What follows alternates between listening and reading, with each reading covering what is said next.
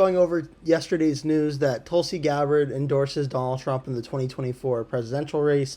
This is a few days after RFK Jr. did the same, endorsing Donald Trump in the 2024 race.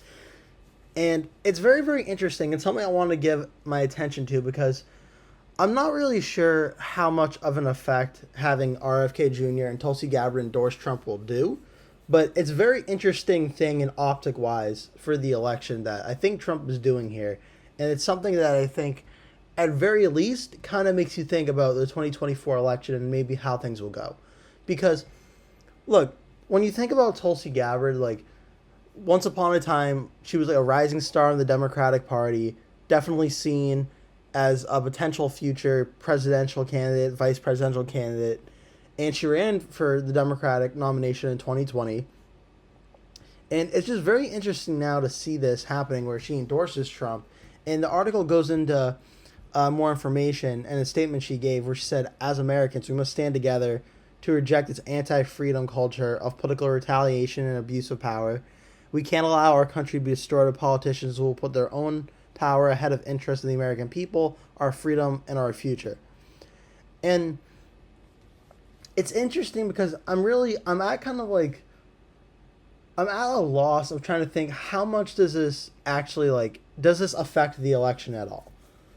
And I'm really not sure because Gabbard makes an appeal to mainly Democrats and independents who, like her, are kind of dissatisfied with probably the Republicans and Democrats, but definitely with the current Democratic Party. I think Gabbard appeals to a lot of those voters, and at very least is a sign of unity that she endorses Trump to win the 2024 election.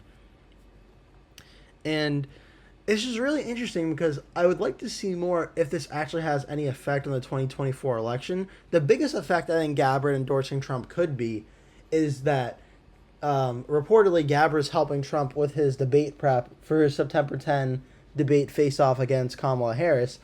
And the reason being for this is that back in the 2020 election, the primary election for the Democrats, Tulsi Gabbard had a very famous moment where she went after Kamala Harris at the debate and basically ended Kamala Harris's campaign when you look at it according to the polling.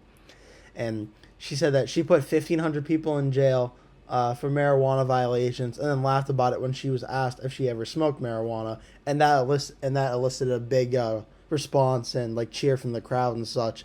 So Gabbard, I think, is going to be very, very helpful for Trump in debating Harris. More than that, I'm not too sure. Probably a cabinet position or something, maybe something related to veterans or to the military or something in Trump's administration if Trump were to win. But it's interesting because, I look at the polls right now in the top battleground states. It's very, very close, and I'm watching carefully because we're at a situation where just a tenth of a percentage point boost for Trump from RFK or Tulsi Gabbard would be enough to potentially give him a win in the election. And it's very interesting just because, when you look at the map, Tulsi Gabbard's from the state of Hawaii. We know Tulsi Gabbard is not going to help Trump win Hawaii. That's not going to happen. And I'm not really sure Tulsi Gabbard really has any swing on the electoral map. I don't think because Tulsi Gabbard endorses Trump, that automatically means a state will go for Trump or anything. But I think it's more of a symbolic endorsement of, it's more than just MAGA Republicans who are supporting Trump, and I think that's a message that the Trump campaign is trying to put out right now. And I wouldn't be shocked if RFK or Tulsi Gabbard maybe help soften the blow a little bit in New Hampshire, for instance, where Gabbard performed pretty well back in 2020. Maybe something like that could happen, but even though Gabbard endorses Trump, the 2024 race is still unchanged, where for Trump to win, he has to go and win North Carolina and Georgia, and then Pennsylvania would get him to 270. I don't think Gabbard endorsing Trump really changes anything, but I do think it's interesting nonetheless that we are seeing the Trump campaign further and further embracing either perhaps past Democrats and independents who in 2016 and 2020 definitely did not support him, but are now supporting him this time, I think in a show of trying to appeal Trump to more than just MAGA Republican voters, and it kind of an election season poll.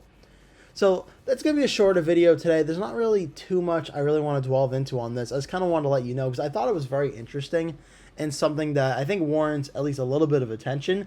I'm not sure if this has much of an effect on the election itself. Again, I think if it did, it would be on the debate. That would be the most impactful, but still interesting nonetheless.